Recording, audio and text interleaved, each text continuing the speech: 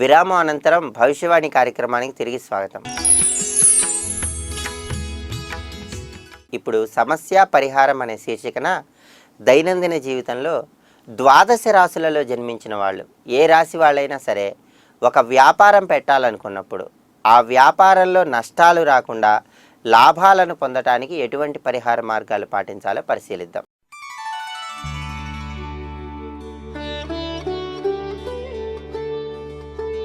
మేషరాశి వాళ్ళు వ్యాపారాన్ని ప్రారంభించినప్పుడు ఆ వ్యాపార స్థలంలో ఒక గాజు పాత్ర కానీ లేదా మట్టి పాత్రను కానీ ఉంచి ఆ పాత్రలో ఎల్లప్పుడూ నీళ్లు నింపి ఉంచాలి. ఆ పాత్రను మీ వ్యాపార స్థలంలో ఉంచాలి. ఇలా చేస్తే వ్యాపార పరంగా ఉన్న సమస్యలను చాలా చక్కగా తొలగింపజేసుకొని శుభ ఫలితాలను పొందవచ్చు. అలాగే ప్రతిరోజు మేషరాశి వాళ్ళు ఇంటి నుండి వ్యాపార స్థలానికి బయలుదేరి వెళ్ళే సమయంలో తీపి పదార్థాలు నోట్లో ఉంచుకొని బయలుదేరి వెళ్ళాలి. ఇలా చేస్తే కూడా వ్యాపారపరమైనటువంటి నష్టాలను నివారింపజేసుకోవటానికి ఈ పరిహారం ఎంతగానో ఉపయోగపడుతుంది. అలాగే మీ వ్యాపార స్థలంలో ఎరుపు రంగు, మెరూన్ రంగు ఇటువంటి ముదురు రంగులు గోడలకి ఫర్నిచర్కి ఉపయోగించడం ద్వారా కూడా వ్యాపారపరమైన అభివృద్ధిని పొంది వ్యాపారంలో నష్టాలను నివారింపజేసుకోవచ్చు.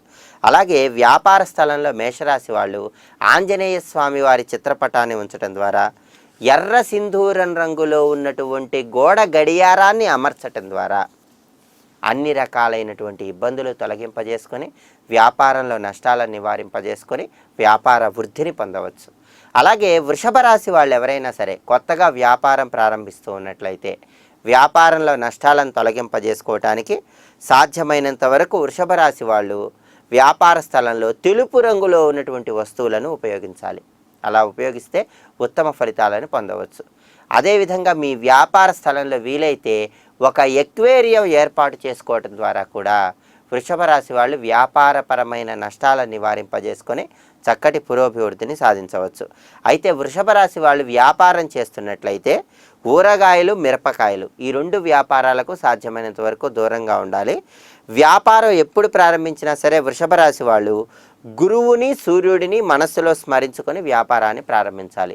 గురువుకు సంబంధించినటువంటి శనగల దానాన్ని గురువారం నాడు, సూర్యుడికి సంబంధించిన గోధుమల దానాన్ని ఆదివారం నాడు తరచుగా చేస్తూ ఉన్నట్లయితే ఏ వ్యాపారం ప్రారంభించినా సరే ఆ వ్యాపారంలో నష్టాలను నివారింపజేసుకొని చక్కటి శుభ ఫలితాలను పొందవచ్చు.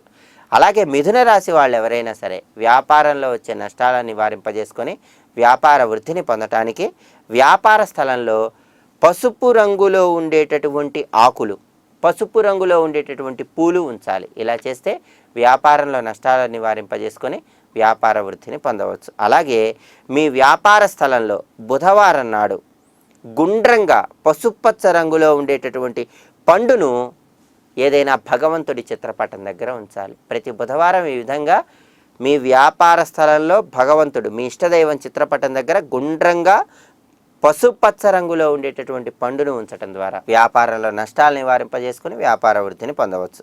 అలాగే మిథున రాశి వాళ్ళు ఎవరైనా సరే వ్యాపార స్థలంలో ఖచ్చితంగా సమయాన్ని తెలిపేటటువంటి గోడ గడియారాన్ని మీరు కూర్చునే స్థలానికి ఎదురుగా ఏర్పాటు చేసుకోవాలి.